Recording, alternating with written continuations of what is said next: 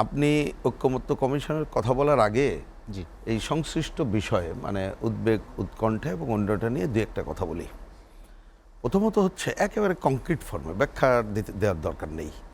এই যে দেখছেন না অনেক অনেক ধরনের কথা বলছে, আমি এটাকে খুব অস্বাভাবিক দেখছি না।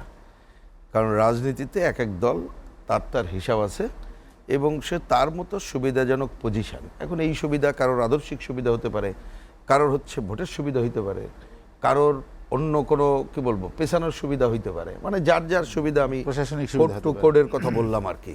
যার যা কেউ মনে করে আর আমরা তো ক্ষমতায় আছি সুতরাং আর দরকারটা কি, আমি যে সেইটাই। সুতরাং এই বাক্যগুলো বলবে, আমি এটা বলা নিয়ে উৎকণ্ঠিত না। আমরা বরঞ্চ দেখতে চাই যে অন্তর্বর্তীকালীন সরকার এখনো আছে, ওনার ইচ্ছা, ওনার বডি ল্যাঙ্গুয়েজ কি। নির্বাচন কমিশন ইতিমধ্যে যতটুকু দেখছে আরপিওর যে কাজটা করছে, তিনি রাজনৈতিক দল অন্যান্য বিভিন্ন শ্রেণী পেশার মানুষকে সাথে নিয়ে নির্বাচনী যাত্রার কাজটা যদি করে তাহলে অন্য কোনো আলোচনাটা সামনে আসবে না এবং আমরা যে যাত্রাটা শুরু করেছি এই যাত্রার দিকে আমরা যেতে পারবো। আর সংকট বা যদি বলেন উৎকণ্ঠা ও ভোট ঠিকমতো না হওয়া পর্যন্ত থাকবে, কারণ অতীতে আমরা জানি না যে সব কিছু ভোটের সব হয়ে যাওয়ার পরেও কিন্তু ভোট হয় নাই। সুতরাং আমি মনে করি এই যে অন্যরা যে কথাগুলো বলছে যার যার পজিশন থেকে সেটা ওই যে পজিশন বলতে আমি বললাম যে ওই রাজনৈতিক জায়গা থেকেই হয়তো তারা বলছে, কিন্তু শেষ বেলায় যদি সরকার, আবার রিপিট করতেছি ওইটা, এবং নির্বাচন কমিশনের অন্য কোনো জটিলতার মধ্যে না থাকে তাহলে দেখবেন এই নির্বাচন না করে অন্য কোনো জায়গায় যাওয়ার মতো পরিবেশ এইবার হবে না। এখন পরের ব্যাপার পরে কিভাবে নির্বাচন হবে, কি হবে না হবে তার পরের বিষয়, ওই আলোচনায় আমি আর ঢুকলাম না। এবার ঐক্যমত্য কমিশনের যে কথাটা বললাম, আমার বিবেচনা এটা খুব কংক্রিট বলি। এইটা তারা আগে আমরা বলতাম এক ধরনের কালক্ষেপণ বলছে এবং আমি বলি এটা অহেতুক করছে। যেমন আমি গতকাল পত্রিকায় জানলাম ওনাদের সময় 1 মাস বাড়ানো হয়েছে, এটা আমার পরিষ্কার বক্তব্য, এটা আমি মনে করি অপ্রয়োজনীয়, দরকার ছিল না। কারণ জিনিসটা আমি আরও সহজ করে দিই। যেমন ধরেন ঐক্যমত্যের আলোচনাটা আমরা তো সবাই মিলে করলাম এবং আমি এখন যে কথাগুলো বলছি ওইখানেও কিন্তু প্রথম দিন থেকে সেই কথা বলছি যে ঐক্যমত্য নামে কী বোঝানো হচ্ছে।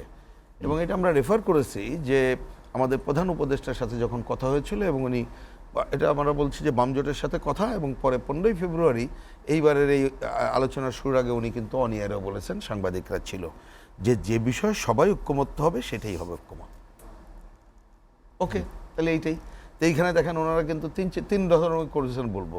1 নম্বর, সব বিষয় একমত। সব বিষয় বলতে ওনারা কিন্তু ওই যে পিক অ্যান্ড চুজ করেছে, সব আলোচনা করেন নাই কিছু বিষয়। এইটা হচ্ছে মৌলিক বিষয় নিয়ে এসেছেন সামনে ওনাদের ভাষায়। যদি আমাকে বলেন আমি তো অন্যটাকে মৌলিক বিষয় মনে করি, আমি ওই তর্কের মধ্যেও যাচ্ছি না। উনি ওনার মৌলিক একটা মনে করেছেন, আমরা ওটা মনেই করি না, তবু আমরা আলোচনায় ছিলাম। আমরা তো অন্যটা মৌলিক মনে করতে পারি, কিন্তু আমি সেই তর্কে যাচ্ছি না। কিছুটা ঐক্যমত্য হয়েছে, ওকে। এখন ধরেন নোট অফ ডিসেন্ট দিয়ে ওনারা অ্যাগ্রি করলেন, আমরা এটার খুবই ঘোরতার বিরোধী ছিলাম। এই কারণে ধরুন আমরা 4 জনে একমত হয়ে সব করবো ডিসিশন নিলাম, কিন্তু কোনো একটা ব্যাপারে আপনি ঐক্যমত্য মানে কি বলেন নোট অফ ডিসেন্টের ডিসিশন নিলেন, তা আপনি ক্ষমতায় গেলে কি তখন এটা মানতে বাধ্য? তাহলে বাধ্য না, এটাই তো স্বাভাবিক। কিন্তু আমি জানি না যে ওনার নোট অফ ডিসেন্ট কেন করলেন, অ্যালাউ করলেন কেন? তাহলে কি আপনার বিরুদ্ধে ভবিষ্যতে এই প্রচার জারি রাখার জন্য যে কথা রাখে না? কিন্তু আমি মনে করি কথা না রাখার ব্যাপার নাই তো। আপনি তো আগেই নোট অফ ডিসেন্ট দিচ্ছেন, এবং আপনি যদি নির্বাচনী ইশতেহারে বলেন যে আমি ক্ষমতায় গেলে আমি এই করবো, তাহলে কিন্তু আমরা বলতে পারবো না। এই জন্য বলেছিলাম ওইটা দরকার নেই। আরেকটা বলেছিলাম ওনারা জোর জুলুম করে যে মুক্তিযুদ্ধের মধ্য দিয়ে যে সংবিধান হইলাম তার অন্য ত্রুটি আমরা সংশোধন করে যেহেতু আদর্শ নিয়ে কেন কথা তুললো, আমরা যার জন্য এখান থেকে বর্জন করে চলে আসতে বাধ্য হলাম। তাহলে ওনারাই প্রথমে সংকট তৈরি করলেন। কিন্তু একটা কাজ আমরা সাপোর্ট করছি, ঐক্যমত্যের তো যেগুলো হয়েছে তার সাপোর্ট করি। আরেকটা হচ্ছে এই যে আলোচনাগুলো করলাম এটা বাস্তবায়ন হবে কিভাবে। এখন কেউ মনে করেন এখনই করতে হবে, কি এলএফও করতে হবে, গণভোট করে, আমরা ঘোরতর বিরোধী। আমি যে ভাই আমরা কে, ধরুন এখানে আমিও গেছিলাম, এখন অন্যরা কেউ, আমি তো মনে করি যে আমি কে, আমি তো নির্বাচিত কোনো প্রতিনিধি না, ওটা তো কোনো পার্লামেন্ট না যে আমরা ওইখানে যা বলবো তাহা করিতে হইবে। ওইটা একটা পরামর্শ সভা, ভেরি সিম্পল।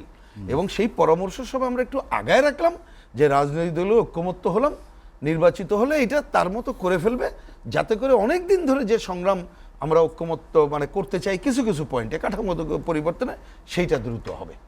তাহলে এটা কার উপরে যেতে হবে? নির্বাচিত পার্লামেন্ট এটা করবে। এমনকি সনদের ওনারা যে প্রেমবেল এবং অন্য কথা বলেছেন, অনেক বিষয় আমাদের দ্বিমত আছে, শেষে এসে কিন্তু ওনারা ওই কথাটা বলেছেন, যার জন্য সে ব্যাপারেও আমরা আমাদের পার্টির পক্ষ থেকে পরিষ্কার মত দিয়েছি, কিছু সংশোধন সহ এটা আমরা অ্যাগ্রি করেছি যে এইখানে তাহলে ওনারা লিখেছেন যে আগামীতে জনগণের ভোটে নির্বাচিত পার্লামেন্ট আগামী 2 বছরের মধ্যে এটা করবেন। তাহলে ওই জায়গায় আমাদের তো ঐক্যমত্য আছে, কিন্তু আমি ক্ষোভের সাথে বলছি, আমি দেখলাম ঐক্যমত্য কমিশনের সহ সভাপতি যিনি এটাকে লিড করেছেন, তিনি দেখলাম বলছেন ইহা কিভাবে বাস্তবায়ন হইবে, আমি অন্য ভাষায় বলছি, উনি বলে নেই, তার জন্য উনি আবার আলোচনা উনি কেন নতুন এই এভিনিউ ওপেন করলেন? এই এভিনিউ ওপেন করার তো দরকার নেই, তাহলে তো কালক্ষেপণের জন্য করছেন, সুতরাং এটা প্রয়োজন নেই। এবং এই শেষ কথা বলে দিই, এটা ভাই সবাইকে সাক্ষী রেখে বলি, সাইদ ভাই সিনিয়র সাংবাদিক আছেন, আমাদের কথা পরিষ্কার, এইটা নিয়ে অত তর্কেরও দরকার নেই। যে ঐক্যমত্য আমরা করেছি, যদি ওইখানে কেউ আলোচনায় ধরেন কেউ আমরা থাকলাম না থাকলাম এটা কোনো বিষয় না, আমরা নির্বাচনের যাত্রায় রাজনৈতিক দলগুলো আমরা যদি অঙ্গীকার করব জনগণের কাছে যে আমরা এই কাজ করব, এবং আমার ধারণা এবার গণঅভ্যুত্থানের মধ্য দিয়ে যারা আসছে এইবারে যে যা অঙ্গীকার করবে এত সোজা না, তার থেকে তারা সরে আসবে।